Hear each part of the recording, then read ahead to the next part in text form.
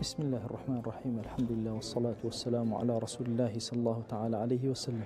ديار بابتي عجازي قرآن يكل بابة الزندو كان لهرجلك هبي وقلب الزندوي أمانته هميشه قرآني بيروز سنتي في غمر صلى الله عليه وسلم دجيهن دجا كان هميشه كارا كان لسر ناشن كني قرآن والسنة ديك يقولوش تعنيك جوابه بيدنج أبو أوان بريتي لدرخصني عجاز كاني قرآن والسنة ويأمر بشي بنما كان أين لهلبجي شهيد زانكوي هلبجا لقال سنتري كردستان وإعجازي قرآن هردوك بيكوا بهما هنجي كاريكي جواني يعني كردو لمشارة كوالام دانويكي زور جوانو زور برمانا وبخت بو أوهمو قماناني كدروسك لنسا قرآن والسنة كأم بشكيكا وبشيكا ودروازيكي زور جوانا ورخصنوي كاري مسلمانان ورخصنوي أو بيام الشرعية جوانا كبقاته وخلص. بسم الله الرحمن الرحيم. الحمد لله والصلاة والسلام على سيدنا رسول الله وعلى آله وصحبه ومن اتبع هداه. برزان ناوندي كردستان بو إعجاز زانستي القرآن والسنة دزيكي چارەکە سەدەیەکە کارەکانی خۆی ڕاپەڕێنێ و بەردەوامە لەسەر چالاکیەکانی زیاتر توێژی خوێنەوار توێژی گەنج سودبە دەبن لە ئەو چالاکیانەی کە لە ناوەند پێشکەشەکرێت. کارەکانی ناوەند جگە لە سێمینارەکان کۆمەڵێ کۆنفرانسی زانستی تا ئێستا ئەنجام گەیاندووە سەر بەخۆشی لەگەڵ زانکۆکانی کوردستانە هەروەها گۆڤارێکی وەرزی هەیە کە بەناوی گۆڤاری هەیف کە تایبەتە بە بابەتەکانی نێوان زانست و ئیمان تاوان بە چڕکردنەوەی بایەخەکانی لەسەر ئەعجاز بە هەموو جۆرەکانیەوە کەریتێک لەوانە ئەعجازی زانستیە.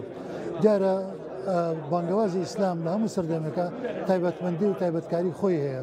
ئەیکە لەو تایبەتمەندیانی ئەم سەردەمە کە سەردەمی زانستە ئەوەیە کە ڕووی زانستی قورئان و سنت بخرێتە ڕوو بۆ توێژی تایبەتی گەنجەکان بەڕاستی کە زۆر تامەزرەی بابەتن. ناوەند لەم بوارە کاری خۆی کردووە جگە لەوەی کە تۆڕی کۆمەڵایەتی بە چەند جۆرێک لە هەموو تۆڕە کۆمەڵایەتەکان بە چەند لاوچە زمانێک بابەتەکانی خۆی پێشکەشەکات هەروەک خولی بەردەوامی هەیە بۆ فێربوونی قورئانی پیرۆز و بۆ فێربوونی نووسین و وەرگێڕان و بەکارهێنانی تۆمەڕ کۆمەڵایەتیەکان یعنی چارەکەکان زیاتر لەو بارانە خستە بێتەوە و ئومێد دەکەین کە توانی بێتمان خزمەت پێشکەشکەین پای گەورەش قبوڵیکا و هەموو تۆژەکانی کۆمەڵمان ئیسفادەی لێ بکەن. سەلام عەلەیکوم.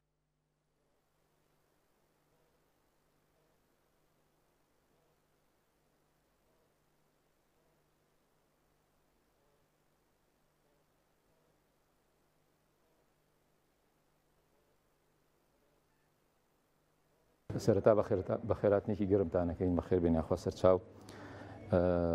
ئەم وەرکشۆپە بریتە لە وەرکشۆپێکەوە تا ڕادێک دەتوانین بڵین کەمتر لە شاری هەڵەبجەدا قسەی لەسەر کراوە ئەوش بریتە لە ئیعجازی قورئان لە ئیعجازی زانستی لە قورئان و فەرموودەدا کە زانکۆی هەڵەبجە بە هاوبەشی لەگەڵ ناوەندی کوردستان بۆ ئیعجازی قورئان لە زانست و فەرموودەدا ئەنجامی ئەدات کەوا سێتەوە لە خۆ دەگرێت.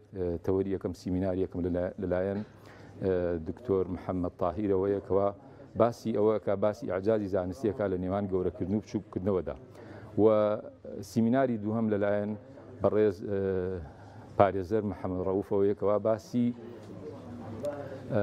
سوڕانەوەی ئەرێنی دەکات بە دەوری کەعبەی پیرۆزدا و سیمیناری سێهەم کە لەلایەن ئەندازیە خالیدەوەیە باسی ئەوە دەکات کەوا شێوازی دروستبوونی هەورە بروسکە و ئەوەی کە پەیوەندی بۆ بابەتەوە هەیە و چۆنیەتی ئیعجاز لەمانەیەکەوە کە کاریگەری هەیە لەسەر ئیمان و بیر و باوەڕی خواناسی مرۆڤەکان و هۆکارێکە بۆ ئەوەی بەڕاستی مرۆڤەکان خی پەروەردگاری خۆیان زیاتر بناسن و ئەتوانین بڵێن ئەمە شتێکی دەگمەنە یان کەمترە. لە شاری هەڵەبجەدا زۆر سیمینار و کۆڕ لەو بابەتە کراوە لە بابەتی تر، بەڵام لە بابەتی ئیعجازە بەڕاستی ئەتوانین بڵێن شتێکی نوێیە و هیوادارین بەشداربان سوودێکی لێ ببین.